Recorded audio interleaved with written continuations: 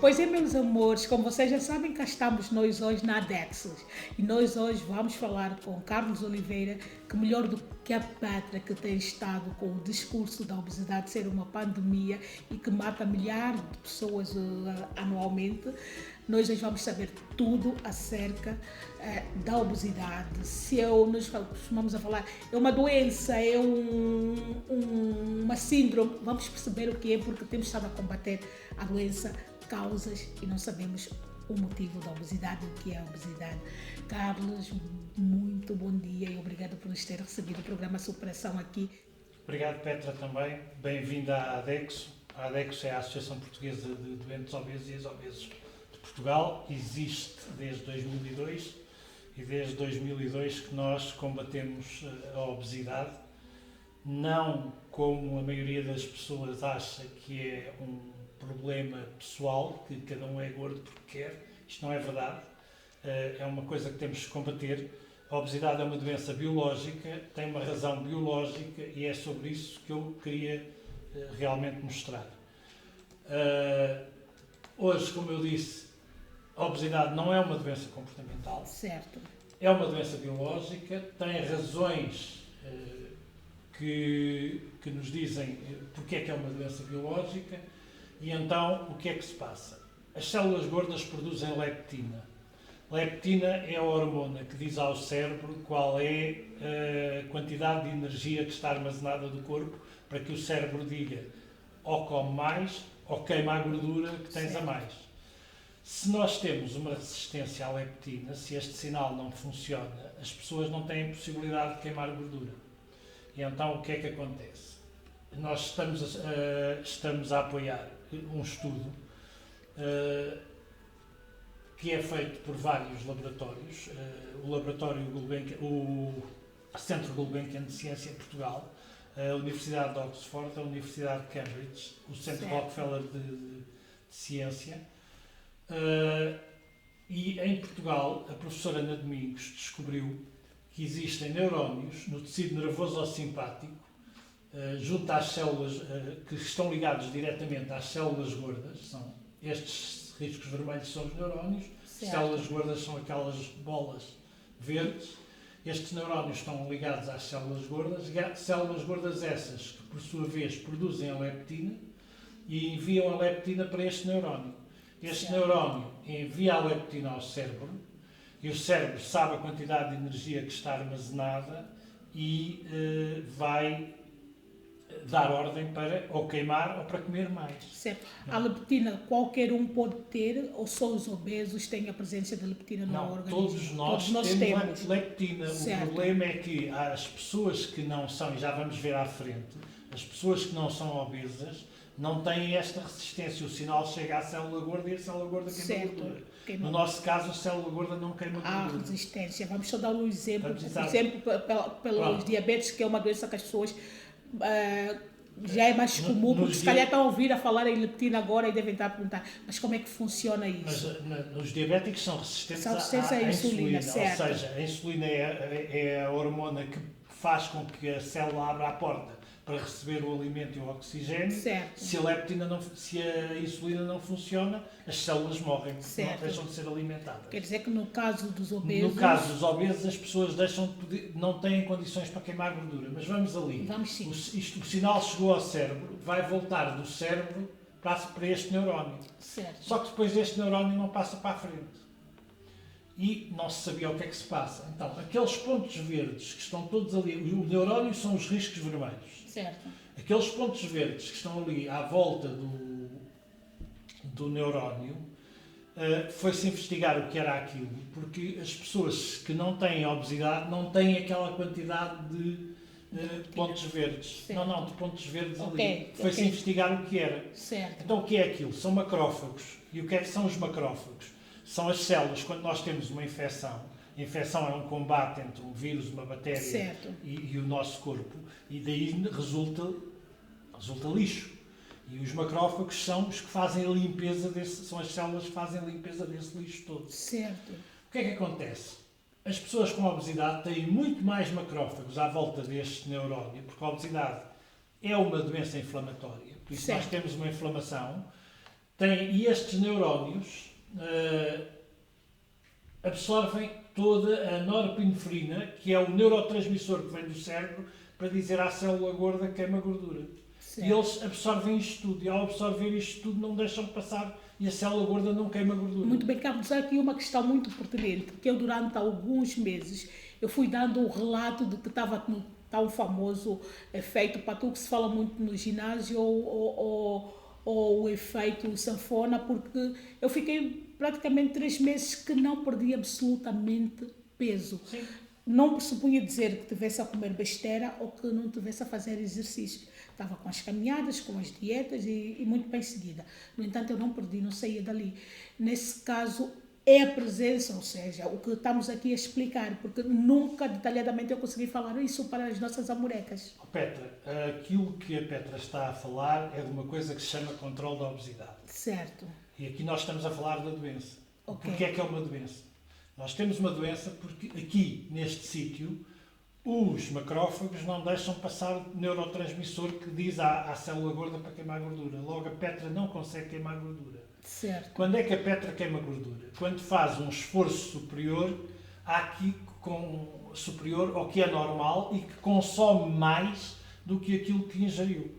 Só assim é que consegue partir gordura. Mas isso estamos a falar de controle. Certo. Agora, na doença, neste momento, o que nós estamos a trabalhar com este grupo de cientistas que está a trabalhar a doença obesidade, eles estão a tentar encontrar, aliás, já encontraram neste momento, o produto, a droga, o que for, que vai ultrapassar esta resistência. Certo. E que vai fazer com que a célula gorda queime gordura. Ai, que bom. Neste momento está... Ainda não existe, está em estudo. Não, já existe. Estão a fazer o princípio, estão a criar o princípio ativo para fazer o segundo grau de testes para que... Agora, isto vai demorar anos, atenção. Certo, não é como agora a coisa do coronavírus, que tentam fazer isto tudo em 6 meses. Certo. E feliz, pode ser que consigam. Mas estaremos na fase 2 de testes. Ainda é o embrião. Ainda há a 3 e possivelmente a 4 e só depois é que irá para o mercado se der bons resultados. Mas encontraram já o produto que consegue ultrapassar esta fase, este problema da norepinefrina não passar do neurónio para a célula gorda e resolver o problema da doença. Certo. Carlos, obesidade como doença tem cura? Não, neste momento, por não ter cura, é uma doença crónica. Certo. Por isso, só terá cura ou tratamento ou um controle médico, não o nosso, porque o nosso controle não é médico. O nosso controle é sempre entre o que se come e o que se gasta. Aqui a associação é de obesos e ex-obesos. Sim. E eis a questão. Existem ex-obesos? Existem ex-obesos. Porquê é que nós dizemos ex-obesos? Porque o obeso é sempre o obeso, mesmo que tenha perdido muito quilo. As pessoas têm que perceber uma coisa. Ninguém consegue perder peso e mantê-lo a vida toda. Certo. Porque a própria idade... Veja, eu tive 160 e poucos quilos. Reduzi para os 100 quilos. E depois, ao longo de 15 anos, aumentei cerca de 13 quilos. Certo. Estou-me a controlar, é uma guerra para me manter com estes 119, 120 que tenho neste momento. Mas a realidade é esta. Nós temos que perceber que a única coisa que podemos fazer é controlar. Agora, eu fazia ginástica, eu fazia uma série de coisas e com a idade vou deixando de conseguir fazer algumas. Certo.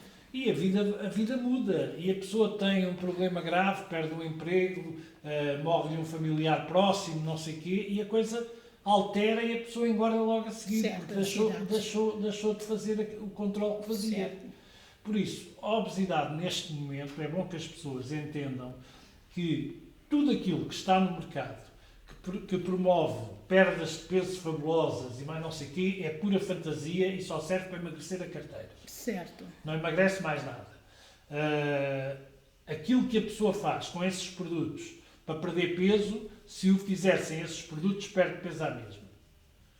Não estamos cá com coisas porque aquilo que a pessoa fez durante o período em que teve a tomar um comprimido que lhe diz que incha no estômago e que faz não sei o que mais, foi comer de uma forma diferente e fazer ginástica mais ativa. Certo. Por isso, aquilo que nós queremos realmente, fomentamos o controle e as pessoas neste momento têm que se controlar porque a obesidade traz com ela uma série de outras doenças que são realmente muito graves e que matam. E eu posso dizer que os números portugueses dizem que por ano morrem cerca de 1.500 pessoas em Portugal por falta de tratamento da obesidade. E quando estamos a falar de tratamento ou medicinal ou cirúrgico. Certo. Temos os dois em Portugal. Agora, é fundamental que as pessoas entendam que não há nada que as emagreça e que as mantenha magras para o resto da vida. Certo. A pessoa tem que ter um controle muito grande e todos sabemos que a vida não é um mar de rosas. Claro. Estamos bem numa altura, mas noutras podemos estar com muitas complicações. A facilidade para a busca do tratamento e pronto, não vamos falar em cura, mas de uma vida mais equilibrada em relação à obesidade em Portugal. Enquanto vocês como associação, é fácil, não é? Há uma parceria com o governo, há apoios? Ora bem, Portugal reconheceu a obesidade, nós pedimos isso, tem sido a nossa luta. Portugal reconheceu a obesidade como doença crónica em 2004. Em 2006 tem regras para o tratamento da obesidade e acreditou 19 hospitais públicos que tratam cirurgicamente a obesidade. Tivemos um período grande em que não houve medicamentos para tratar as pessoas que não têm indicação para cirurgia, porque é bom que as pessoas entendam que fazer uma cirurgia para tratar a obesidade não é bom. Certo. É bom porque ajuda-nos, é uma ferramenta que nos ajuda a perder peso, mas vou-lhes dar exemplos.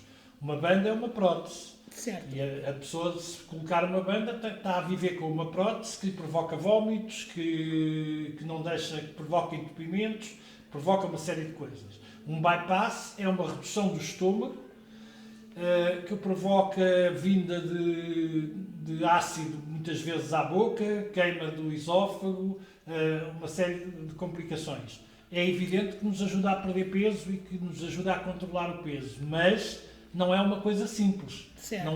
Tem outras consequências. Não é o mar de rosas, como muita certo. gente pensa. As pessoas pensam, olha, aquele perdeu peso, isto é moda. Não é moda, isto não pode ser moda. Só vai para a cirurgia, pela lei portuguesa, quem tem condições específicas para isso. Ou quem tem 35 de índice de massa corporal com algumas outras doenças associadas, ou quem tem 40 de índice de massa corporal. Só essas pessoas é que podem ir para a cirurgia. Certo. Abaixo desse índice de massa corporal, a lei portuguesa não permite. Permite que o tratamento possa ser farmacológico ou comportamental. Muito bem. A nível dos estereótipos sociais, vocês têm recebido aqui pessoas que tenham sofrido bullying para apoio psíquico e não só, não é? Há pessoas que desistiram de viver e de ter alegria por conta da obesidade. Eu mesma, no projeto Obesidade Zero, em Angola e em África, deparei com casos de pessoas com muito menos peso do que eu, que acabaram suicidando-se. Vocês têm deparado com este tipo de problemas? Certo. E aí já estamos a falar de outro assunto. Certo. Já não estamos a falar da doença, estamos a falar do estigma. Certo. Ora bem, existem 3 tipos de estigma. O estigma social, o estigma visual, o estigma social e o estigma familiar. Unir as coisas assim. Socialmente, um coxo é estigmatizado, mas ninguém o culpa por ser coxo. Certo. Não é? Mas o obeso é estigmatizado, mas culpa-o por ser obeso. É obeso porque quer. A família muitas vezes não ajuda. Por isso, o social, a obesidade, infelizmente, apanha estes 3 tipos de estigma. E estes 3 tipos de estigma, há pessoas que efetivamente não aguentam e que põem fim à vida ou fazem outras maluquices. É preocupante, porque o bullying nas escolas nós sabemos que os miúdos muito cruéis naturalmente, não é por quererem ser assim, mas dizem as coisas que são. E o bullying afastando as crianças das atividades que existem na escola só porque são gordas, ou não os deixarem fazer parte da sociedade escolar como se deve, tudo isso afeta a criança, não é? Muito bem.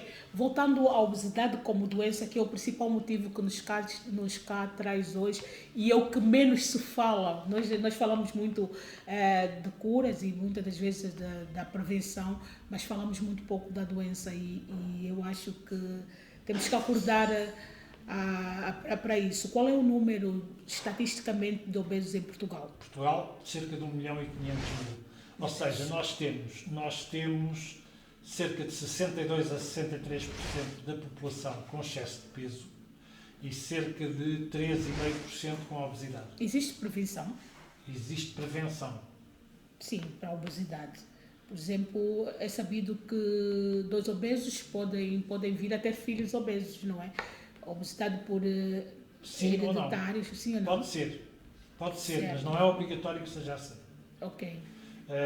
Aliás, veja, como eu lhe disse no início, eu vou só pôr aqui o slide que diz isso. O slide diz aqui que a nossa descrição da obesidade é: a obesidade é uma doença biológica crónica, recidivante e inflamatória, Certo. caracterizada pela impossibilidade do indivíduo queimar gordura devido à sua resistência à leptina. Certo. Esta é a nossa definição de obesidade.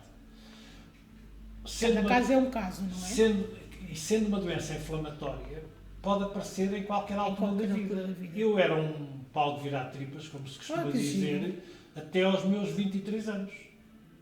Era magríssimo, tinha 68 quilos.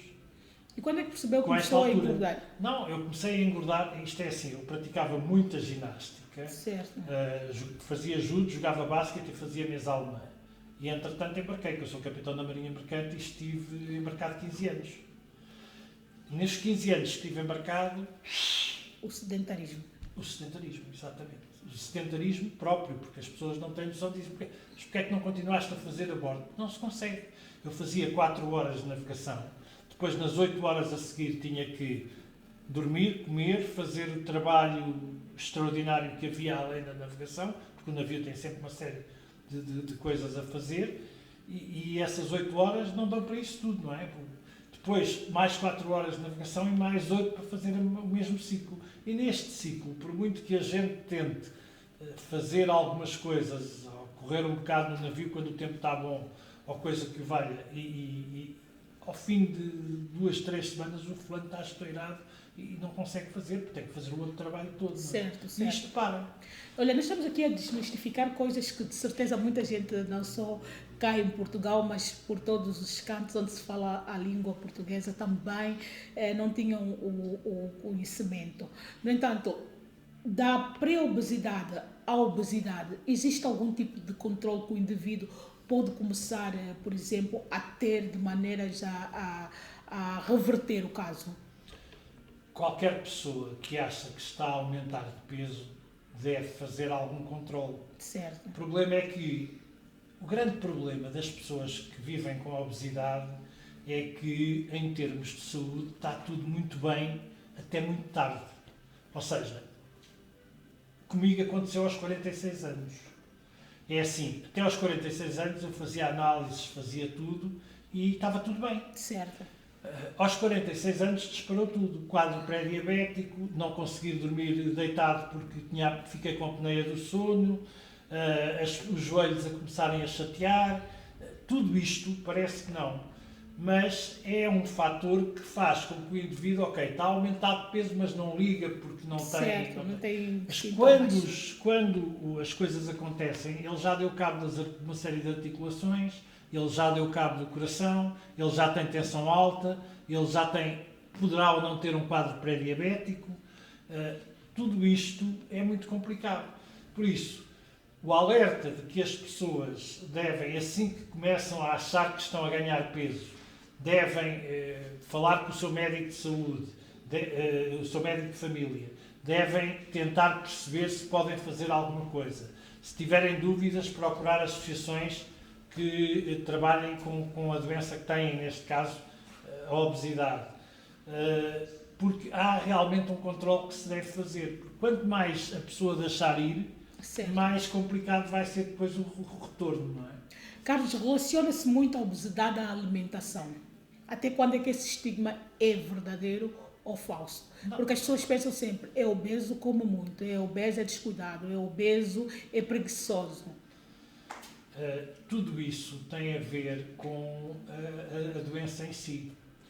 Eu costumo dar o exemplo do computador portátil para as pessoas perceberem que o indivíduo que vive com obesidade tem um problema muito grave, que é, tem sempre fome, vive sempre com fome e está permanentemente disponível para comer.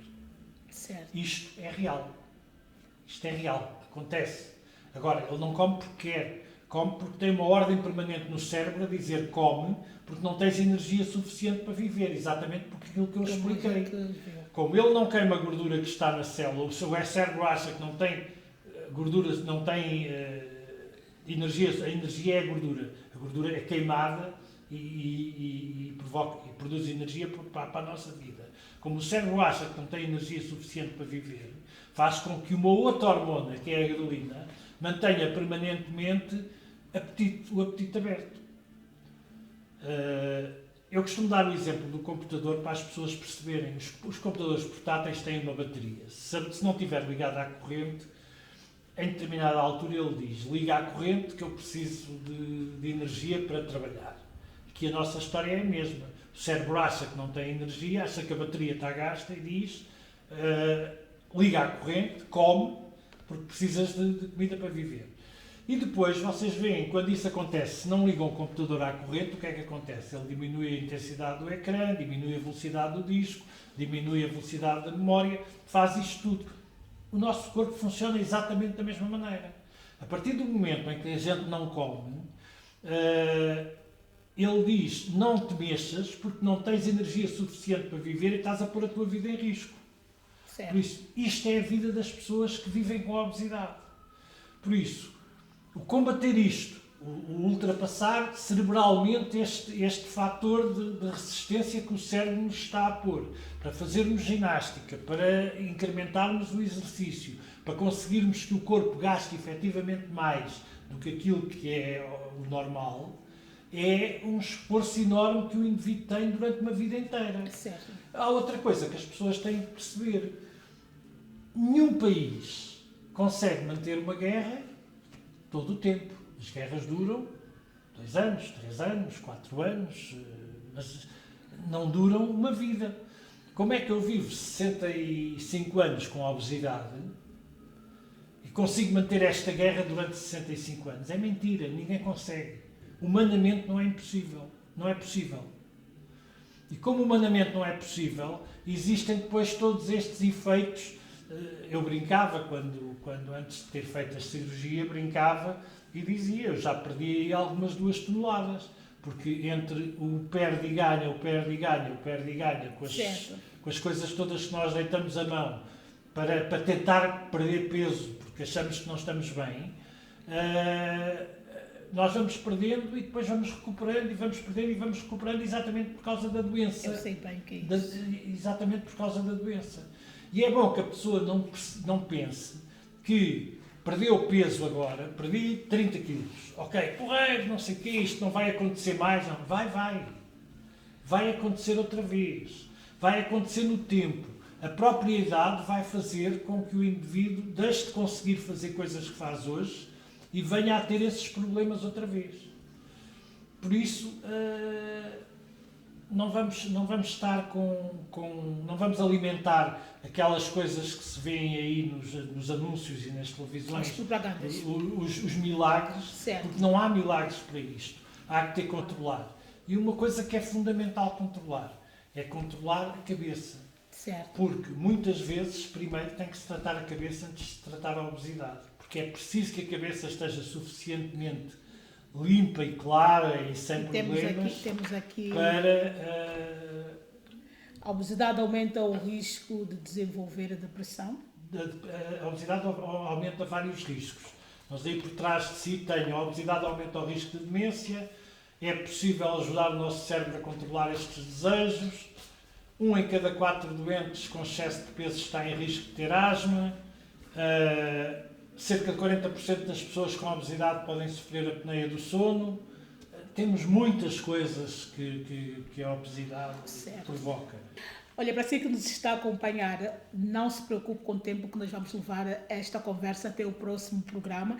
Continue acompanhando-nos. O Carlos já nos vai passar todos os contactos de cada associação para que você possa seguir, para que você possa informar-se e, acima de tudo, para que você possa vir aqui superar, porque estamos todos numa superação em que juntos nós podemos combater não só a obesidade como a doença, mas como também as doenças derivadas da obesidade.